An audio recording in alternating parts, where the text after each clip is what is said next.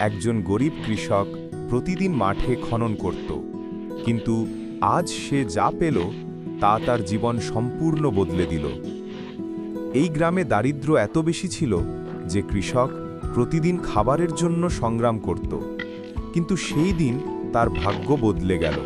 যখন সে মাটি খুঁড়ছিল, হঠাৎ তার কোদালের আঘাতে কিছু শক্ত জিনিসে লেগে যায়।